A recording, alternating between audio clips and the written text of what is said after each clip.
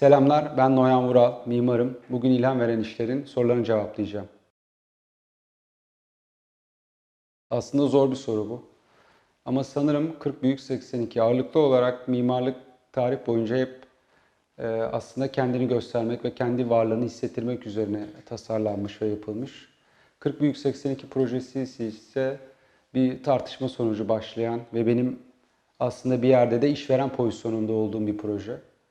Orada biraz yaşadığım o sürtüşme ve tartışma sonrasında bir yapının kaybolması, hümanistliği, zaman içerisinde kaybolma cesaretini göstermesi, kendi varlığından ziyade kullanıcısıyla birlikte var olan ve ondan sonra da kaybolmayı hedefleyen bir proje. Çok son derece insancıl, son derece kaprissiz ve sadece görevine ve pozisyona odaklanan bir proje. O yüzden bence ağırlıklı olarak her ne kadar inşa etme şansım olmasa da ağırlıklı olarak beni anlatan bir proje olduğunu düşünüyorum. Çünkü işverenlerle birlikte kurduğumuz ilişkide tasarımlar genellikle olarak program, işin ekonomisi, faktörler ve bunların sonucu olarak şekilleniyor. Orada işveren de bendim, tasarımcı da bendim.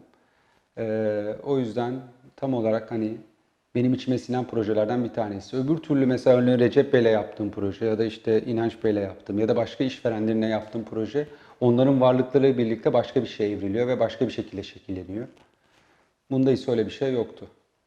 O yüzden bu diyebilirim. Tasarlama aşamamız aslında son derece ucuz ve basit. Yani kağıt, kalem, beyin bedava zaten. Ondan sonra yani bu hani ağırlıklı olarak aslında herkesin kullandığı araçları kullanıyoruz tasarlarken, proje üretirken. Ya aslında bunun iki üç tane cevabı var. Bir tanesi çerçeve derken ben aslında kurgusu iyi olan, hakikaten ana fikri güçlü ve projeleri çok seviyorum. Bunu sadece mimarlık alanında değil, bir film izlerken de ana fikri, kurgusu iyi olan bir filmi izlemekten keyif alıyorum. Bir tasarımda da aslında görmek istediğim o. Ya da beni heyecanlandırıyor. Gerçekten problemin kendisine cevap veren, basit, net, iyi analiz edilmiş projeleri gerçekten seviyorum. Hatta öğrenciyken Philip Johnson'ın o cam evini falan izliyordum. Böyle onunla ilgili birkaç araştırma yapıyordum, okuyordum. Hakikaten güçlü bir ana fikri. Mimarlığı malzemeleri kullanarak, taşı, betonu, camı kullanarak çok güzel ifade etmişti. Ve o zaman çok etkilenmiştim. Yani mimarlık sadece bir form, geometri, estetik meselesi değil. Hakikaten bir fikir ve o fikrin aslında mesleğin kelimelerini kullanarak ifade edildiği bir araç. O yüzden bence son derece keyifli. Dolayısıyla ana fikri güçlü projeleri çok seviyorum. Boyoz falan demeyeceğim ama e, ya insanlarla kurduğum ilişki, biz burada şekillendik. Ben İzmirliyim ve İzmir'de şekillendim. İzmir'in yaşantısına göre şekillendim. O yüzden burayı seviyorum ve burada bulunmaktan, yaşamaktan keyif alıyorum. Buranın sakinliği, insanların birbirleriyle kurduğu ilişki son derece keyifli bence. Yani bu sevdiğimiz kadar işte o şeyi var eden özellikler bir anda sevmediğimiz nedenler de olabiliyor. Aşırı derece sakin olması, insanların mevcut duruma çok kolay kabul ediş ve birazcık da böyle boş vermişliği beni biraz rahatsız ediyor. Yani mevcut durumdan memnuniyet olup oradaki arızaları görmeyip onu onarmaya çalışmamaları ya da o durumla ilgili o iyileştirmeleri yapmamaları bence rahatsız edici biraz. Ama sevme nedenim de bu. Sevmeme nedenim de bu. O yüzden bir şey diyemem yani. Çok kesin olarak kestiremiyorum nelerden ilham aldığımı. Çünkü gerçekten bunu tariflemek çok zor. Yıllar önce yaptığım projelerin eskizlerine falan bakıyorum. Yıllar sonra başka bir projenin o aslında alt böyle eskizi ya da ön eskizi gibi olmuş. Bence biz farkında olmuyoruz ama tabii ki de insanla kurduğumuz ilişki, çevremizle kurduğumuz ilişkiler bizlere biz farkında olmasak da ilham veriyor. O yüzden insanlara temas etmek, okumak, film izlemek, farklı etkileşim alanlarına girmek bence insanları besliyor. Biz burada tam olarak spesifik bir şey söylemek çok zor ama bence bu yüzeyi arttırmak, bu teması arttırmak son derece ilham verici. Aslında ağırlıklı olarak herkes gibi sosyal medya, Instagram ama ben ağırlıklı olarak yazılı yazın yani dergiler vesaire almayı seviyorum. Onlarla bakmak, hani o kağıda dokunmak ve projeleri onun üstünden okumak, onları incelemek. Sadece Instagram, internet, sosyal medya üzerinden değil, sonra dönüp tekrar bakma şansın oluyor. Bazen sosyal medyada bunları kaçırıyorsun, nerede olduğunu unutuyorsun. O yüzden yazılı kitaplar almak, dergiler almak bence faydalı. Bir yayınlarda, yazılı yayınlarda, dergilerde projelerim yayınlanıyor. Instagram'ı ve sosyal medyayı kullanıyorum. Çok böyle kasıtlı bir duyurma aracım yok ama sosyal ve görsel medya, yazılı ve görsel medyayı olanağım olduğu sürece kullanmaya çalışıyorum. Ama ağırlıklı bizle olan ilişkiler, yani bizim adımızı duyurmamız, yaptığımız işler, oradan memnun olanlar ya da görüp gelenler o referansla daha çok bizimle iletişim kuruyor. O yüzden yani sadece görsel yazılı medya değil, yaptığınız işler de aslında bir sonraki işleriniz için referans olabiliyor. Biraz fazla iddialı olurdu.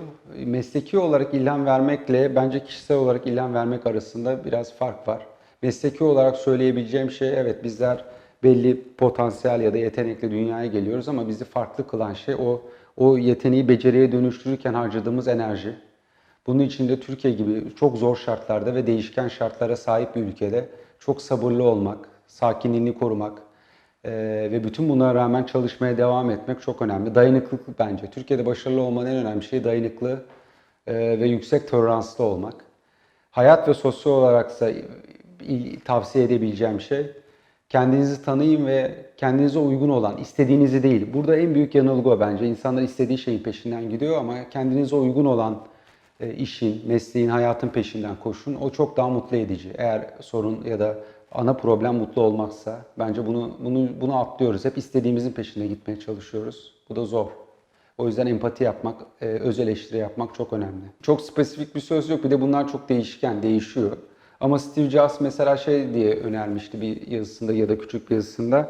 Siz insanlara bir şey önerene kadar onlar neye ihtiyacı olduğunu bilmez. Ağırlıklı olarak insanlar alışkanlıkları üzerinden ya da onlarla söylenenler üzerinden yaşıyor ve gerçekten çevrelerini analiz etmeden yaşayıp devam ediyorlar. O yüzden bir şeyi tasarlamak, önermek bence temelinde hayatı ve çevreyi çok iyi analiz etmek ve onların gerçekten işine yarayacak olan öneride bulunmak. Ama tasarımcı ağırlıklı olarak şunu atlıyor, farklı olmak için saçmalamak çizgisi var. O çizgiye çok dikkat etmek gerekiyor. Bence onu atlıyoruz. Bence arka fikri güçlü olan, hakikaten ihtiyaçlarımıza cevap veren tasarımlar ve fikirler üretmeliyiz. Farklı olmak için saçmalamamalıyız. Vallahi bugün özelinde Cenk Hasan Dereli, yani Hasan Cenk Dereli'ye çok teşekkür etmek lazım. Farklı alanlardaki insanları bir araya getirdi ve bizlerin bu etkileşim ve iletişim ortamımızı sağladı. Bugün de bizim için çok besleyiciydi. Bu anlamda iyi ki varsın Cenk. İyi ki bizleri bir araya getirdin ve bu ilham veren işlerin belki de daha sonrasını ilerleyecek olan insanlara ilham vererek de başlamış olduk. Bu yüzden çok mutluyum. İyi ki varlar. İyi ki bu 16-17 kişi bir araya geldi ve bir başlangıç başlattı diye umut ediyorum.